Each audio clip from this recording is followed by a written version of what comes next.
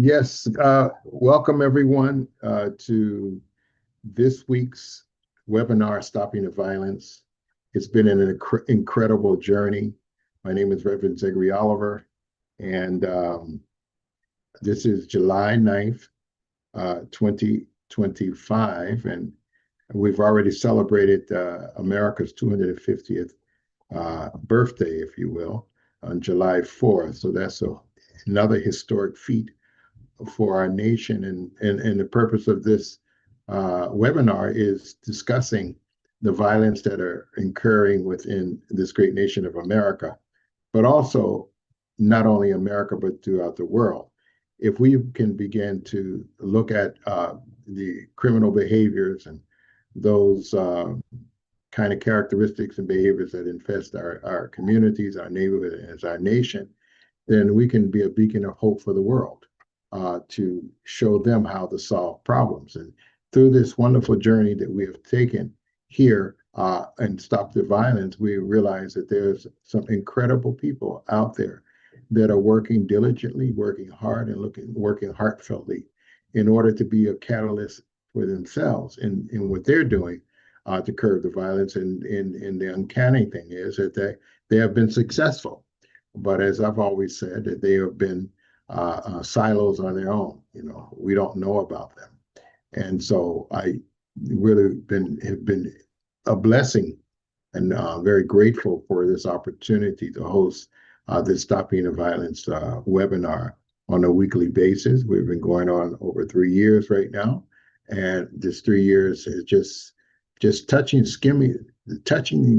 skimming the surface, just a little scratching the surface, if you will, of the realities and the wonderful feats that are still out there that people are working diligently to solve the problem and became not the instead of talking about the problem, they became the people who decide to bring some resolutions and to bring some um, resolution and answers to how to solve those problems. And we're very grateful that we have those type of people out there. And today we have a very good friend of mine who has spoken here on this platform, and we have him to record him again.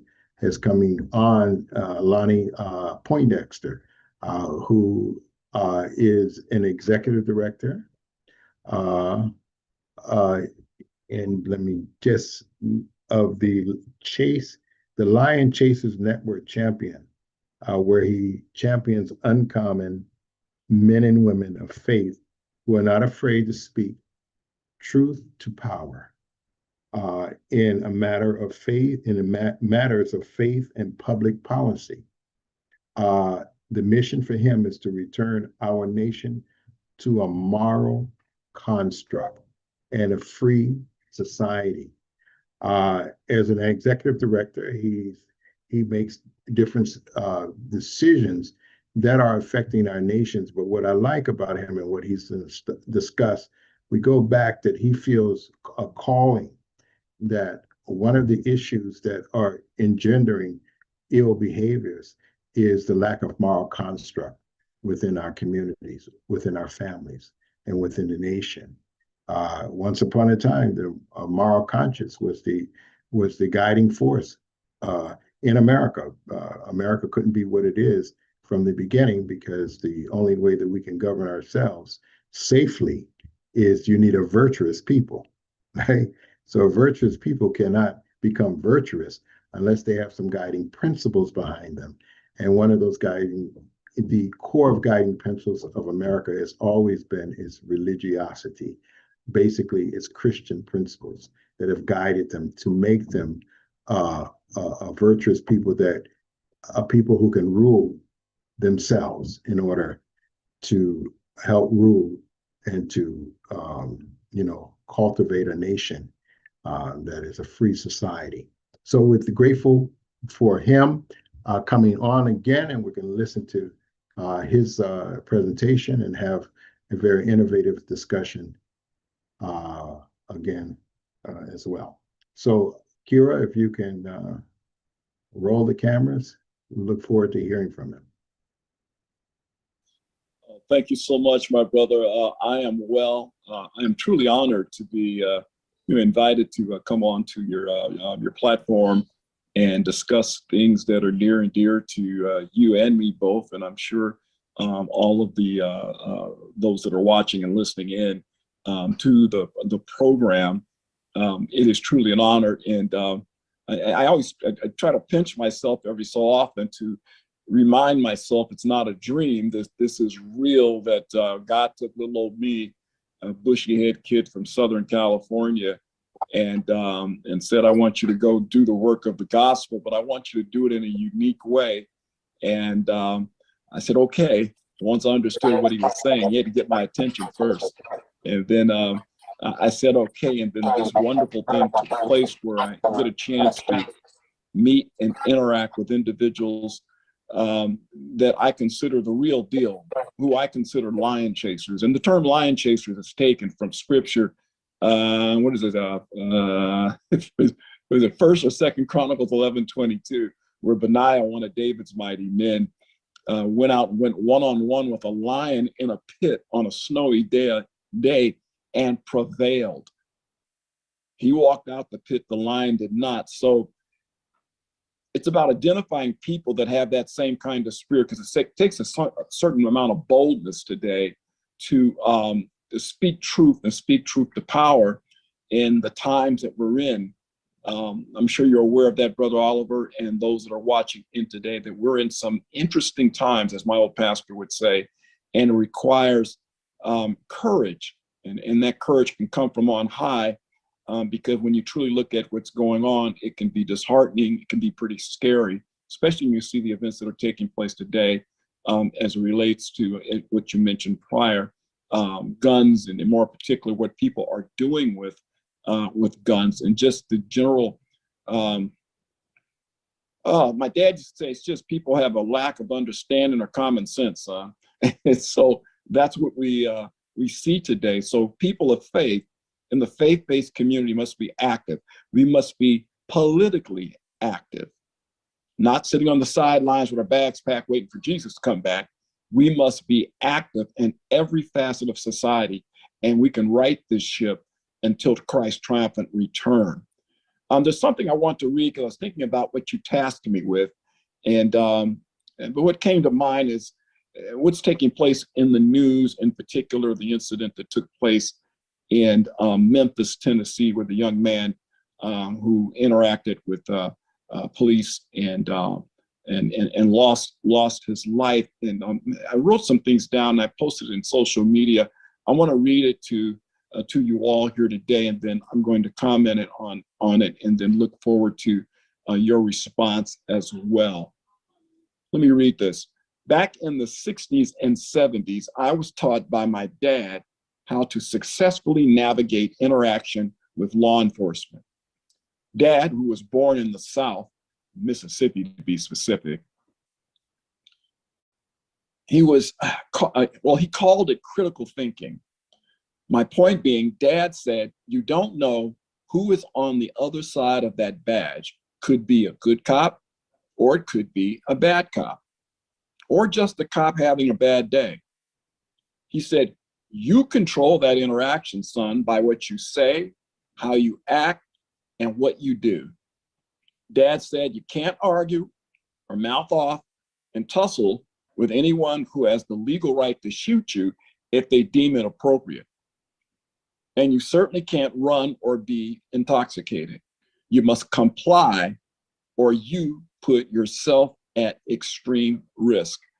Now, this is a Black man born in the South, speaking of my father, at a time in history where it was very difficult to walk the walk of life and of faith if you happen to have what I call the darker paint job.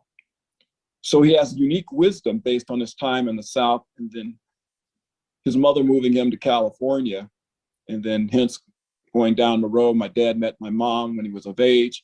They got married. They're still married today, 69 years, and still with us.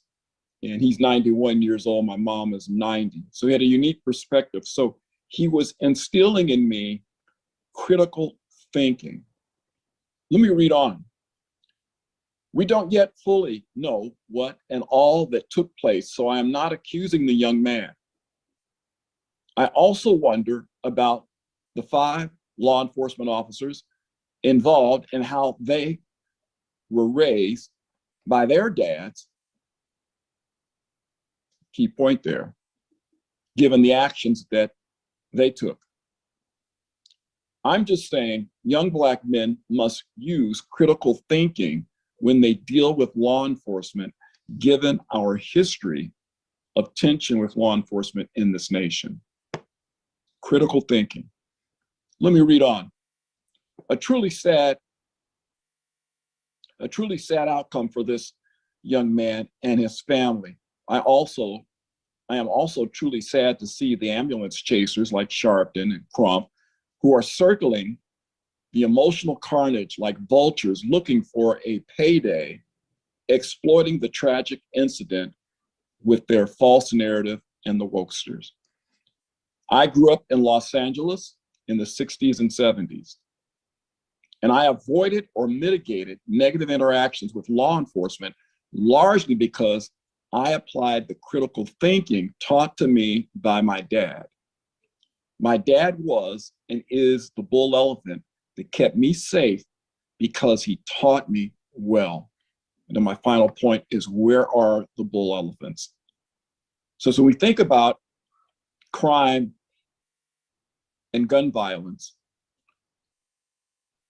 What is the cause? And then therefore, what is the solution?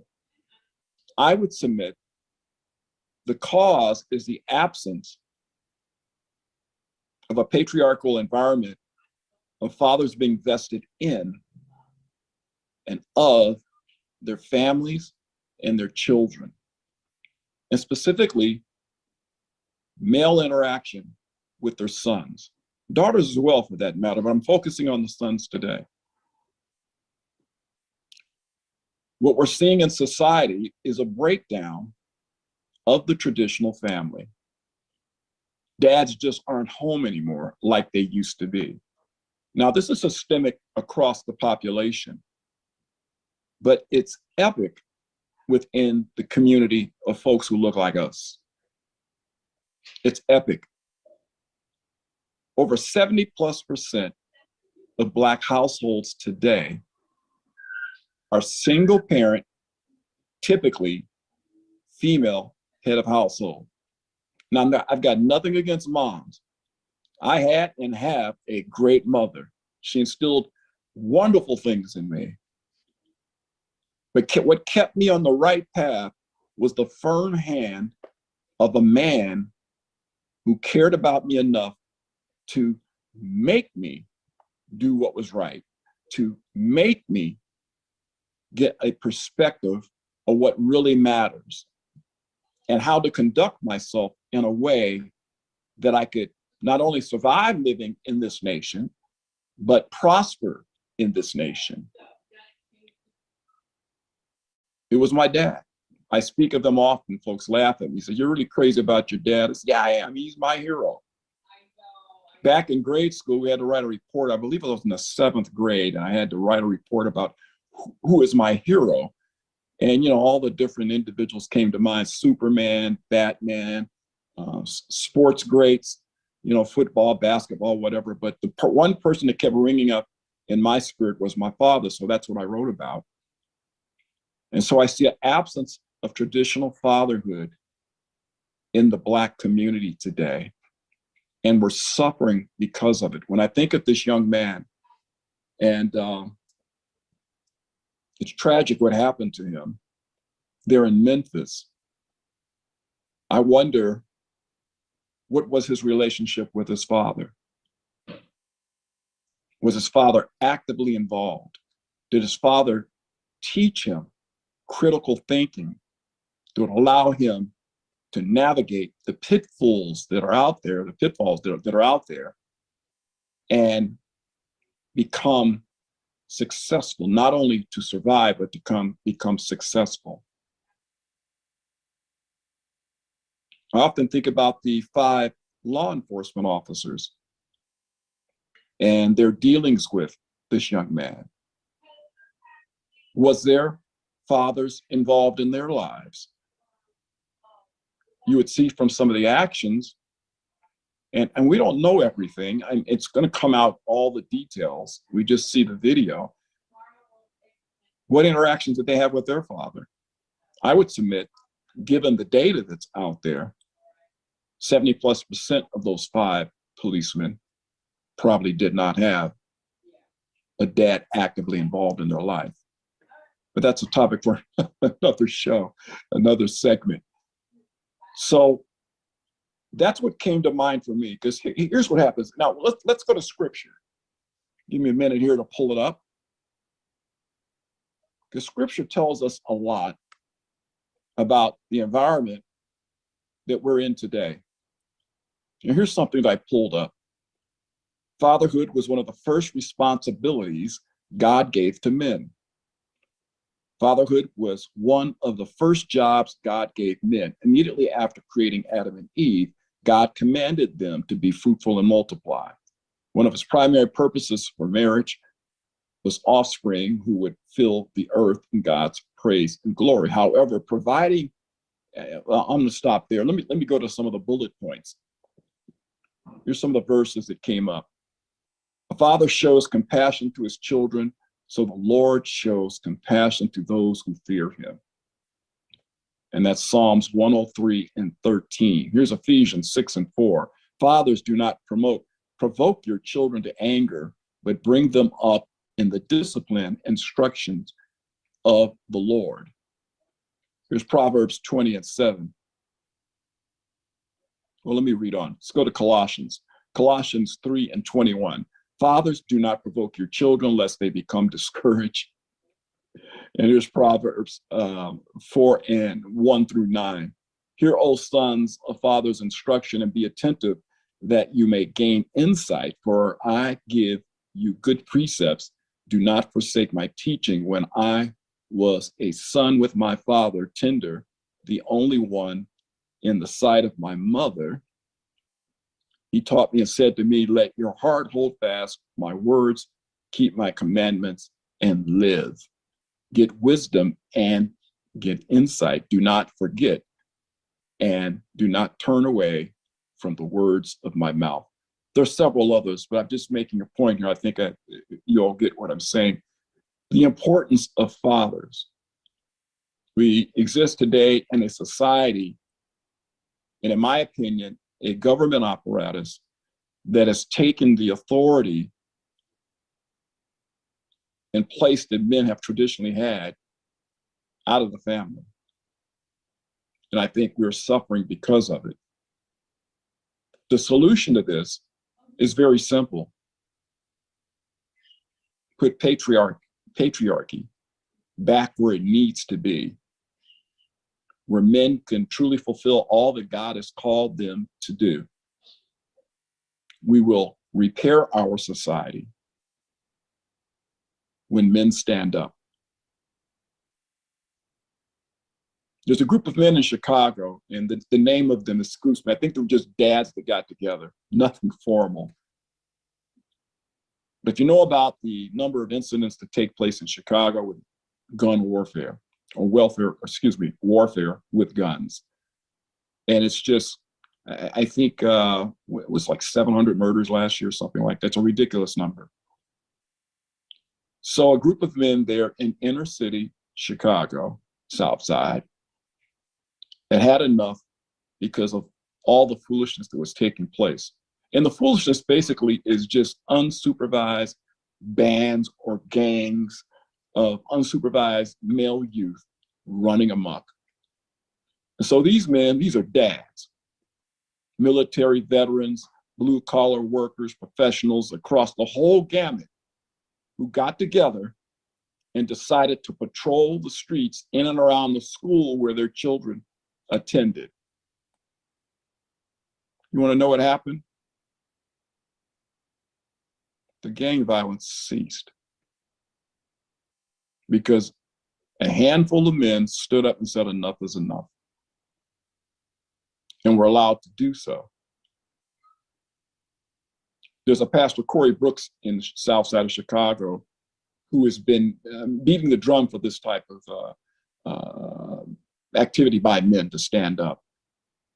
And he was just awarded a multi-million-dollar grant for his Project Hood, which is part of his organization that he's using to reinstill values that are near and dear. And quite frankly, is what allowed us who happen to have the darker paint job to not only survive slavery and second-class citizenship and Jim Crow, but prosper in spite of. And that was the men standing up.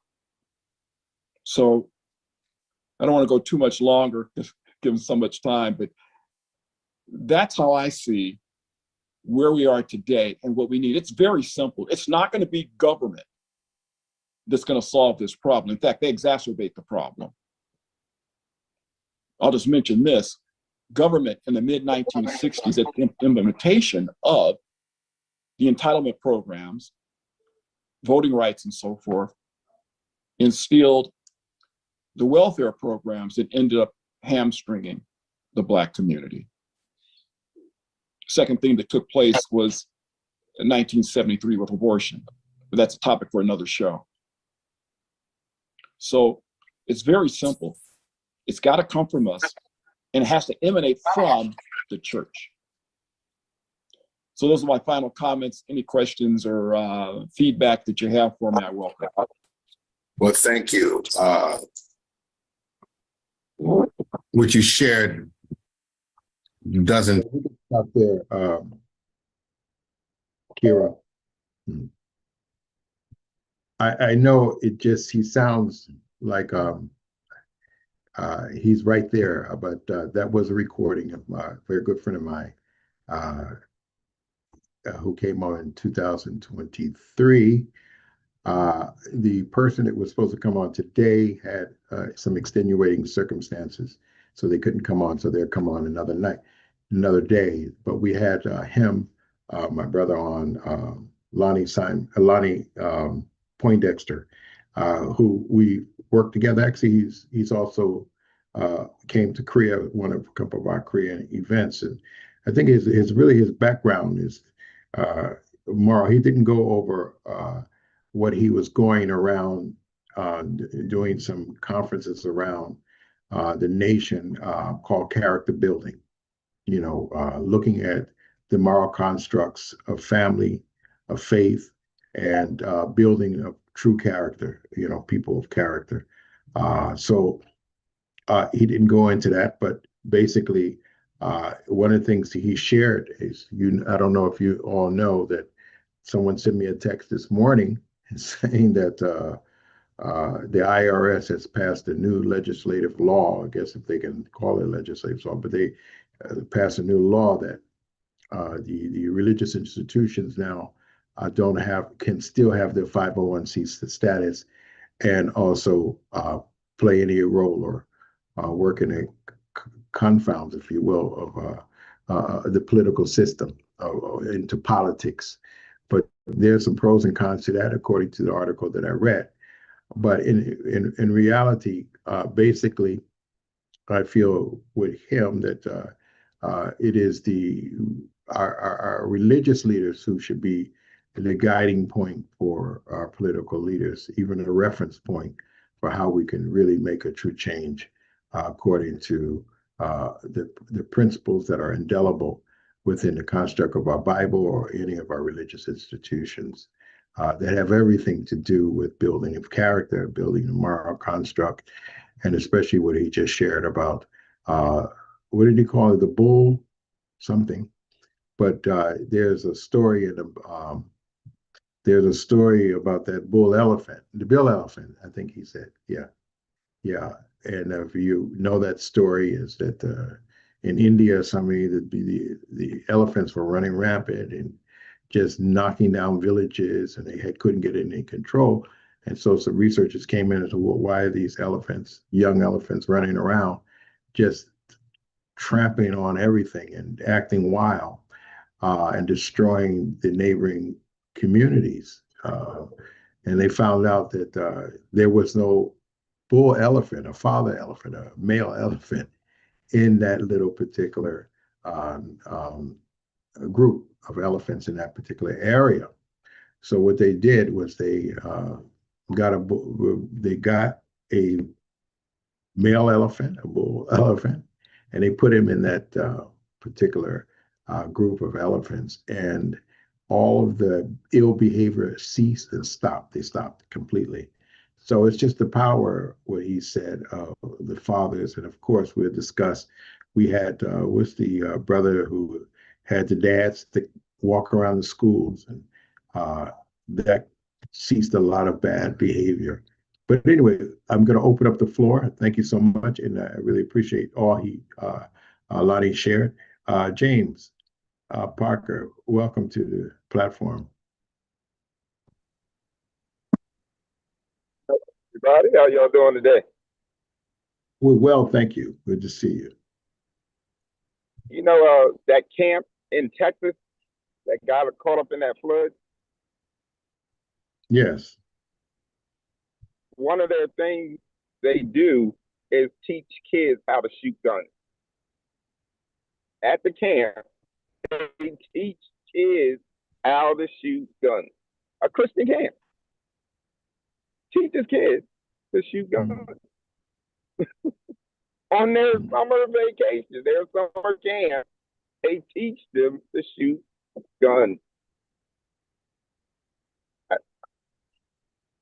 I mean, it's just, do we know what we're doing? And, you know, I know he said about fathers being in the community, taking over, but we were called to go into the community. The believers were called to go into, that's what the disciples were told to do. Luke chapter 9, verse 1 through 6. Luke chapter 10, verse 1 through 20. The directions that Jesus gave for us to go into the towns, into the community, and preach the gospel. So I don't think it has anything to do with whether there's no fathers in the community. It's there's no believers in the community. That's my take. Thank you very much. Ella Burns. Unmute yourself. Hi, thank you very much for this presentation. I just want to say my daughter, 22 years ago, she was murdered doing her missionary work by a man that was 3 years older than her. She was 18 in Charlotte, North Carolina. And this man, he used to write to us. We visited him in jail, and there's anyway a long story about the situation. But my point is that he saw his father only once in his life, and he was 21 years old. He had two other brothers from different fathers. And the mother, she was supposedly a Christian. Maybe she was a Christian. She wore this T-shirt with a big cross on her chest. And I am sure she, as a mother, you know, she was trying to raise the boys as much as the best she could. But the point is that exactly what the brother said, you know, that the men, they don't have relationship with the father, but also the father has to be in a good stand. You know, if he's a Christian, he can give the Christian values. If he's not Christian, he can teach them, you know, how to be good person, compassionate person, etc., etc. So now when I hear that there is over 70% of Black people household that have no father, the future is actually worse than it is now or it was. So it's really important, you know, to teach the family values. because it's not just the father that is not there, it's also the mother who doesn't know how to keep the marriage together.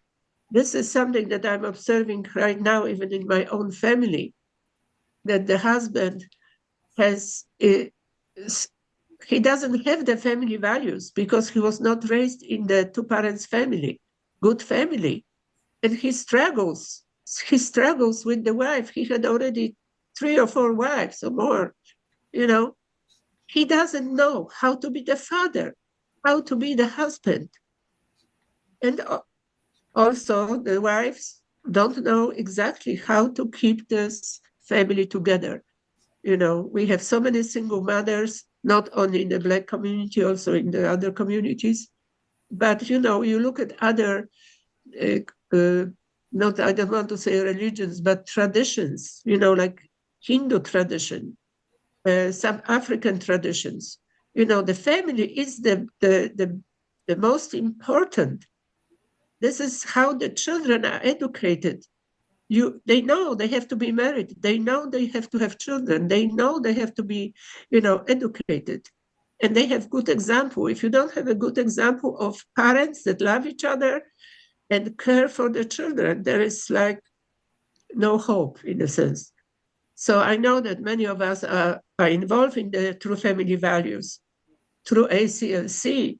But, you know, I remember in 2000, there was a trip to Korea to establish the ACLC. And there was a pastor, I think his name was Taylor from Chicago, who gave this amazing speech about fatherhood. That basically, you know, in slavery, the man was not able to be educated about fatherhood. They don't know how to be fathers, how to be brothers, how to be husbands, you know. So anyway, I really appreciate this talk today. Thank you. Thank you, Ella. I didn't recognize you. Good to see you. Haven't seen you in a long time. God bless you. Thank you so much. Um, Dr. Madeline. Oh, greetings, everyone. I want to start off by saying hello to Mom Parker. I see her sitting back there. I saw her waving. Hugs and kisses. Good to see you. This, like you said, this Reverend, and good to see you as well. Good to see everybody. But this clip was actually from 2003, but it speaks very loudly and very profoundly to this time that we're in 2005. I totally understand what he expounded on about the father being in the household, because it does make a difference. We don't want to accept it, we don't want to believe it, but it does make a difference. And to Ella's point, she said some fathers don't know how to be fathers. We talk about, you know, the church's responsibility for the community, the faith leaders' responsibility to the community, the believers' responsibility to the community. However, with all of that being said, we have to realize also in 1 Corinthians, the word says charity, love starts at home. So before we can go out into the community, we have to manage our own homes. What is going on behind those 4 walls with the children being raised? Whether it's a single mom, whether it's a single dad, whether it's a 2-parent home. What is actually happening behind those walls that is being spilled over into the streets? If you can, in Titus, it talks about the bishop. How can the bishop rule and reign in the church if he's not governing his own home? We talk about true family values. We talk about biblical principles, but everything starts in the family structure at home. And what is missing out of the equation is love, care, respect, understanding.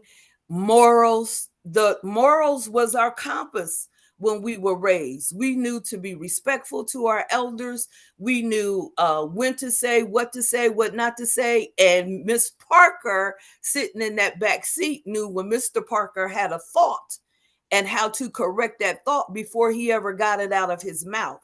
So the dynamic in parenting has changed. And I believe that was by design when discipline was taken out of the homes, when discipline started being governed by society. And again, I've said this before, we know that it's not okay to beat your child and abuse your child, but you have to set boundaries for children. You have to allow, put the child in the place of a child. An 11-year-old should not be acting like they're 16 years old and the parents be okay.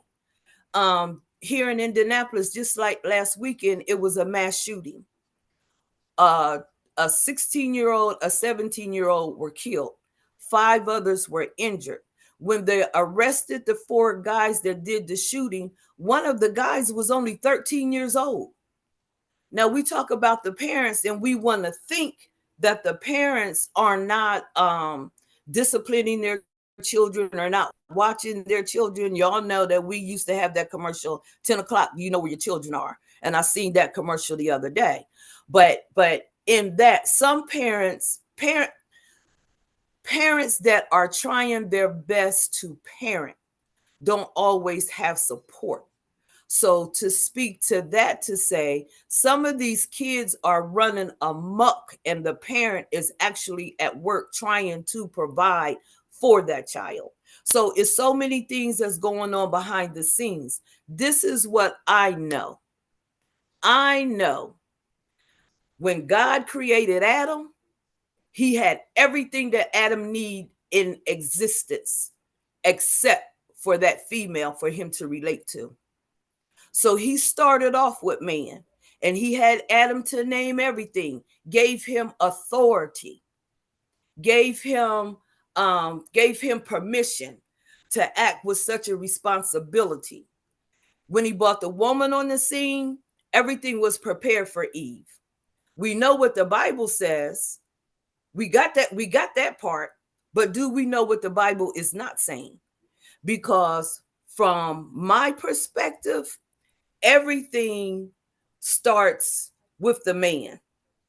We don't like that word submission. I love the word submission. Here's the key. What am I submitting myself to? Because the part that they miss is the woman submits herself. I'm going to stop talking with my hands. The woman submits herself to the man as he submits himself unto God. So what is he submitting himself to? What type of authority is he standing on? What is she following? So if the woman can't follow the man and she's taking care of the kids, then what are the kids going to do? So we know that it's God's original purpose and his divine order, but it has gotten so blown out of proportion. And again, they want to blame it on the woman and say, oh, she's so independent. She's so this and she's so that. Baby, that's not by choice. That's by design. That's by design. A woman's heart is to follow a man, allow a man to lead her. As an example, I had my dad. It's a beautiful thing. I saw that divine order. So for a man to speak, and we've had so many men on the dads in school, VJ being a part of Mad Dads. There's a different authority. There's a different spirit. There's a different anointing that's on that. Even Mr. Poindexter said himself, he loved his mom, and his mom has taught him a lot. But it was his dad that gave an example. His dad led by example. His dad spoke into him. His dad taught him about critical thinking. His dad was there. His dad was supportive. His dad was the foundation. The foundation was laid by his dad. My foundation was laid by my dad, my stepdad, my brothers. So even now at 66, some things that I see and hear men do and say, I'm like, wow, did they just say that? And they're in the position of a man, and that's how they feel. So we're living in this society where people have become desensitized to the degree they don't even respect one another. A man is supposed to respect a woman, and a woman is respect. We are humans. That engagement should be done with respect. So I understand what Mr. Poindexter was saying. He made a lot of good points, and it's unfallible the path that he has laid, because he's laid that foundation. He spoke very clearly of his experience. Just unfortunately, we don't have a lot of that experience. He's made it very clear. I'm not coming up against the women, because he respects that as well. Most women, the average woman, knows she can't teach a male child how to be a man, but she can teach him respect. She can teach him integrity. She can teach him understanding. She can teach him love. She can teach him the basic foundations that's needed to go out here and deal with society. But I got this from Reverend Moon. Reverend Moon said the ceiling needs the floor. Everything comes in pairs. So as male and female, we need each other. We're really the oxygen for each other. And without that, if that floor don't have a ceiling, what is it going to do? If the ceiling doesn't have the floor, what is that going to do? Because now we need these walls. We need these boundaries. And each entity needs to respect the other. Okay, I'm done. God bless. God bless. Well said. Thank you very much. I appreciate it. Thank you very much. Okay, Reverend Franklin, I see your hand is up. Can hear you.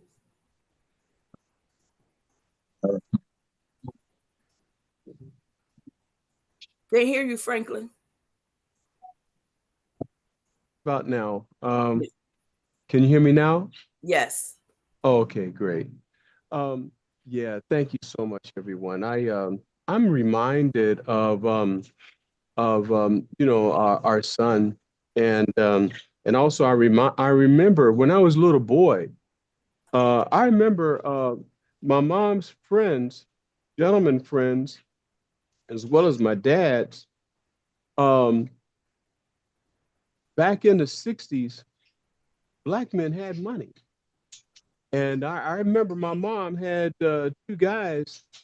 One put up in a Cadillac, and the other one put up in a Lincoln Continental. And I remember when I was a little boy, one of my mom's friends, boyfriends, and we were at because we were my mom was separated. But I remember my mom.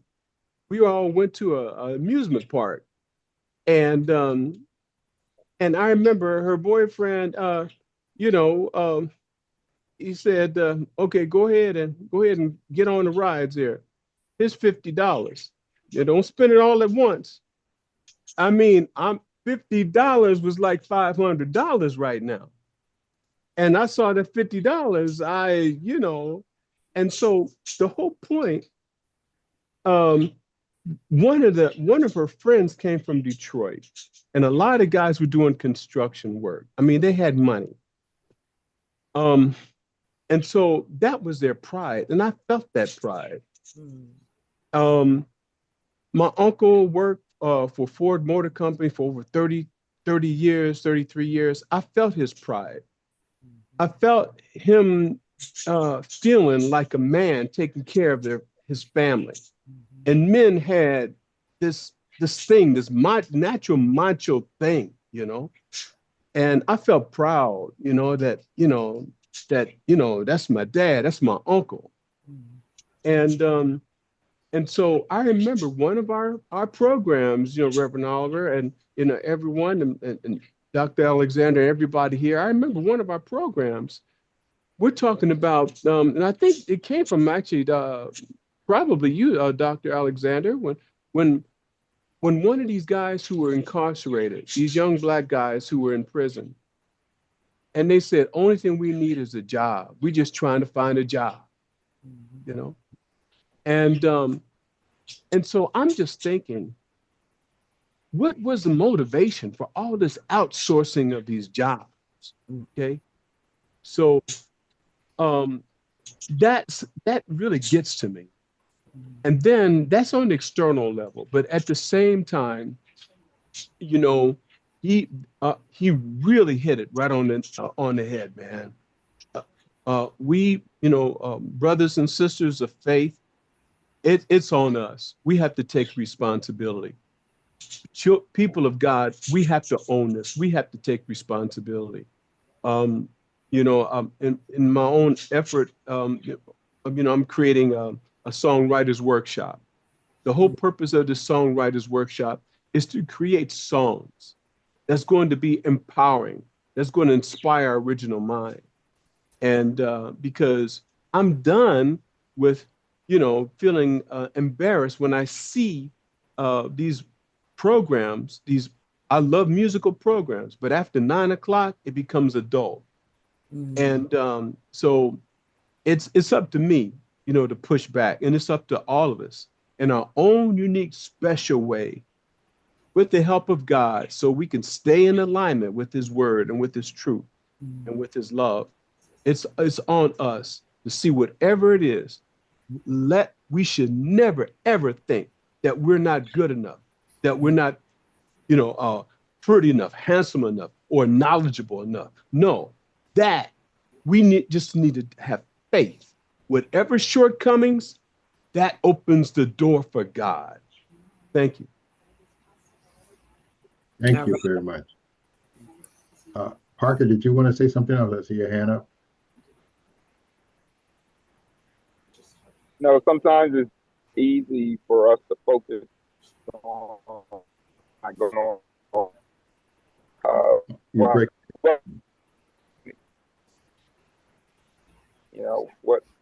What's going on, as if two families or a mother and father, but yet they can go out and do these mass shootings, but we don't go and try to figure out, well, why did they do? We think that's the kid. It's a big problem whether you're married or you're single. Your child still go out and commit this crime. I mean, some are right now to be Ku Klux Klan members.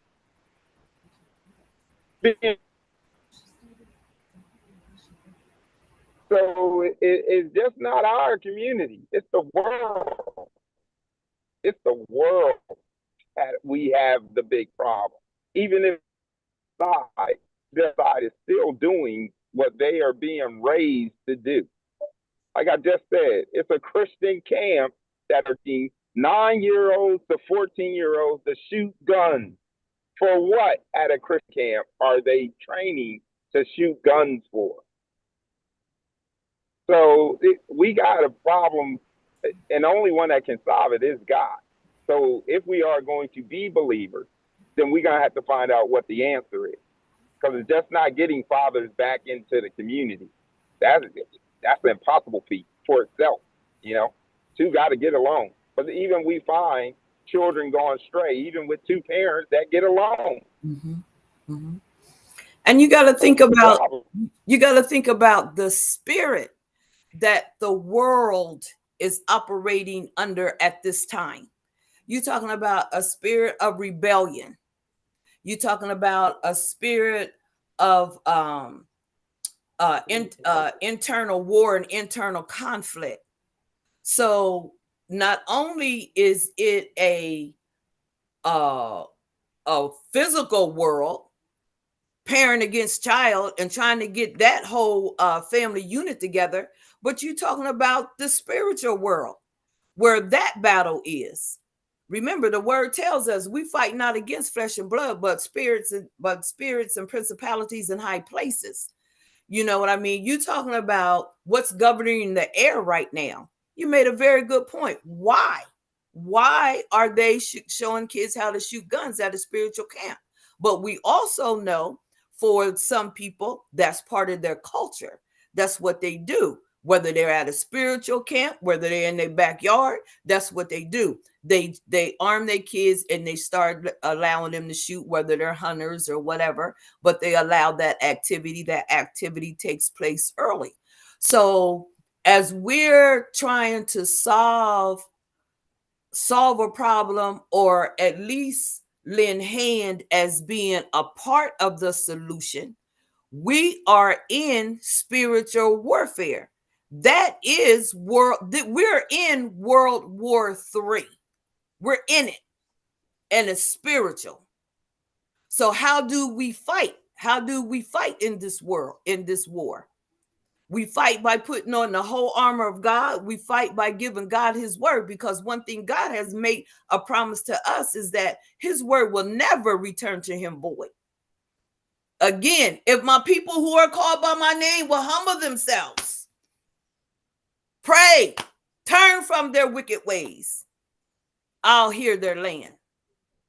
So where is the cry? Remember, in Sodom and Gomorrah, he said, will there be one? Will there be 7? Will there be 10?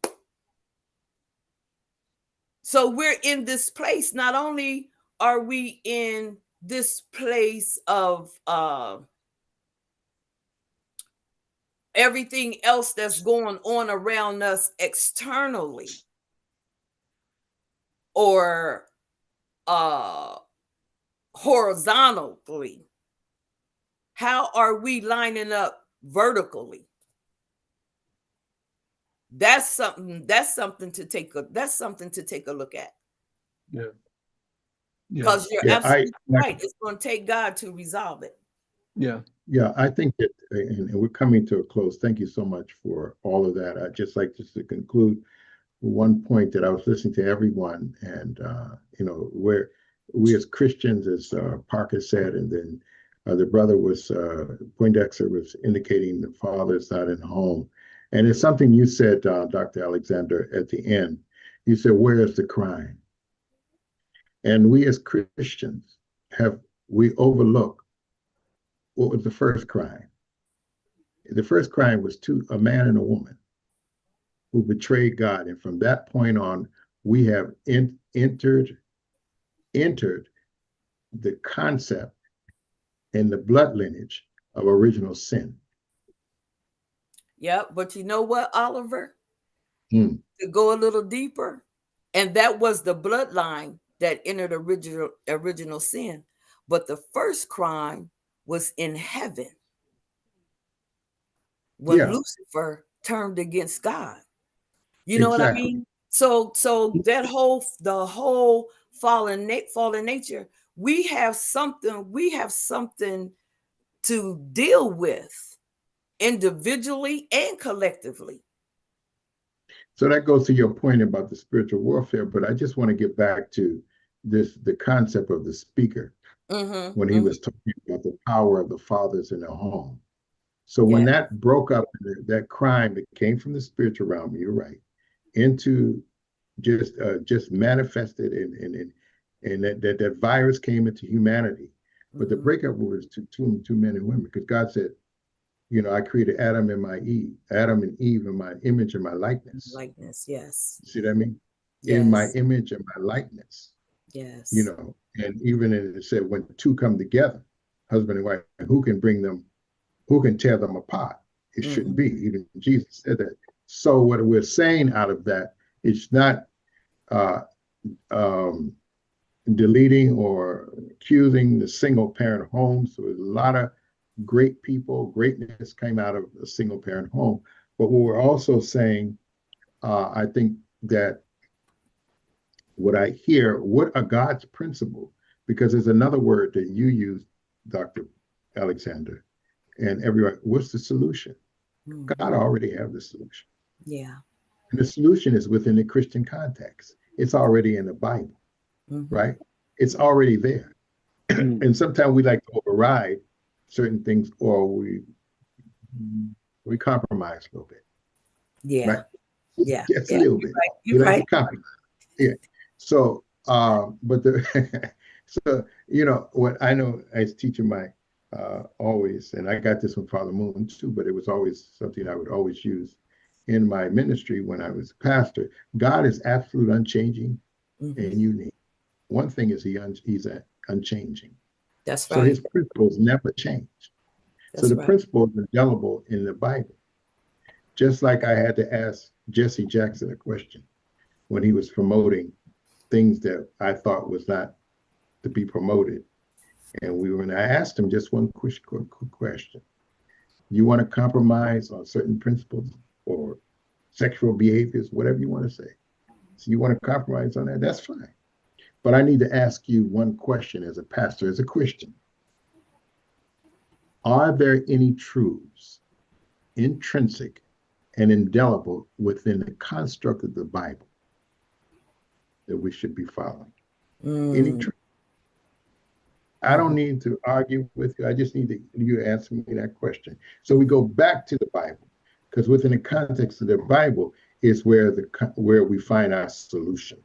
Yes. And Jesus said, I have many things to tell you of the Father, but you cannot bear them now. But when the Spirit of truth starts to come, I will tell you plainly of the Father. Meaning that there's some stuff there that he is explaining. The Bible has always been there, that brings some clarity, that have everything to do to reconstruct the moral construct of humanity. Mhm. And that all goes back to a father and a wife, Yes. husband, pair system, the ceiling And the and the floor. floor, That's and floor and the ceiling. I don't think that could be too right because Cain killed Abel. How right was that? So that was the first crime because That of the was the fact of the first fact crime. that was that was the second crime.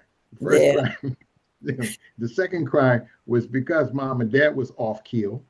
Then the kids Yeah. start to generate the same behavior. And it has been multiplying and multiplying everything. That's why Chronicles is so fascinating, right? It Yeah. goes one begot, it just goes on because it's telling you how important lineage is and what carries on in the lineage. Yes. What you Because pass on. Cain killed But, Abel, but God told the people, don't touch him. Still. Mm. but if we're going But we'll talk spiritual, about that another time, Reverend Parker. yeah, we need to have a Bible study. We're about to get this thing straight. We're about to get this Yeah. straight. But one of the things that I like to conclude with is that I think in reality, I don't talk about it. I'm like Mr. Poindexter. But, when I was 5 years old, my father said something to me. And because he said that within me Mhm. at 5 years old, I can, for some reason, word verbatim, I remember what he said. Mm. 5 years old. And what he said plays a critical role in what I'm doing today. Yes. So that was Yes. the power of the Father. My mother was there. My mother was a powerful woman too, Mm-hmm. right? She Mm-hmm. helped mold certain Right. things. It Yes. was that one, that daddy who I looked up to, who said something to me that just to this day, at this year, I'll be 70, Mm. what has molded my behavior and also my mission to this day. If I Yeah. tell you what he told me, it works. So it is a father is important, The father right? is important. A father is important, And right? No matter what. there's some boundaries I don't cross because my father told me at 5 in kindergarten, your choices have consequences. I remember that from 5. And I'll use wisdom when I make choices because I know there are consequences. Absolutely. So everybody plays a critical role in Yeah. the mom, the dad, then, and because of the world. But and we're not trying to step on any the greatness of what mom has done in these homes because of extenuating circumstances, because some of the greatest people came out of their homes.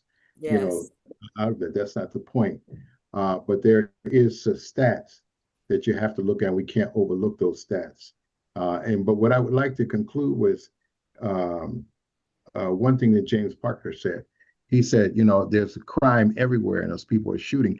But one of the things the speaker did, he reiterated it twice. He said, not only am I talking about the Black fathers, but I want to know what relationship did those officers have with their fathers? Remember? Yes. And what he said also, I'm quite sure many of them probably didn't have a good relationship. And I'm quite sure they were not of the, you know, they were not Black Americans or whatever as well. So he also brought that in to say, yes, I understand that is still a point. It's not only in the Black community, but it's also in all communities that we have to look at the power of that. But anyway, it was a great conversation. I think it was a great responses and comments. Everybody's response and comment is valid. Yes. And I'm really grateful. It's closing time. If someone wanted to say a last word, that's fine, or we'll see you next week. Yes. I'll just say this. The world is under construction. We're in this place where the wheat has grown with the tare and God is doing the separating. Those are my final words. Peace and blessings until we meet again. That is a good point. Excellent point. They are. It gets confusing, right? Yeah. Because sometimes it's all the same. It's all mixed up. You don't. That's right. All right. God bless until we meet again. Yeah. Thank you, Dr. Thank you so much. Thank you, everybody. Thank you, Thank you, everybody.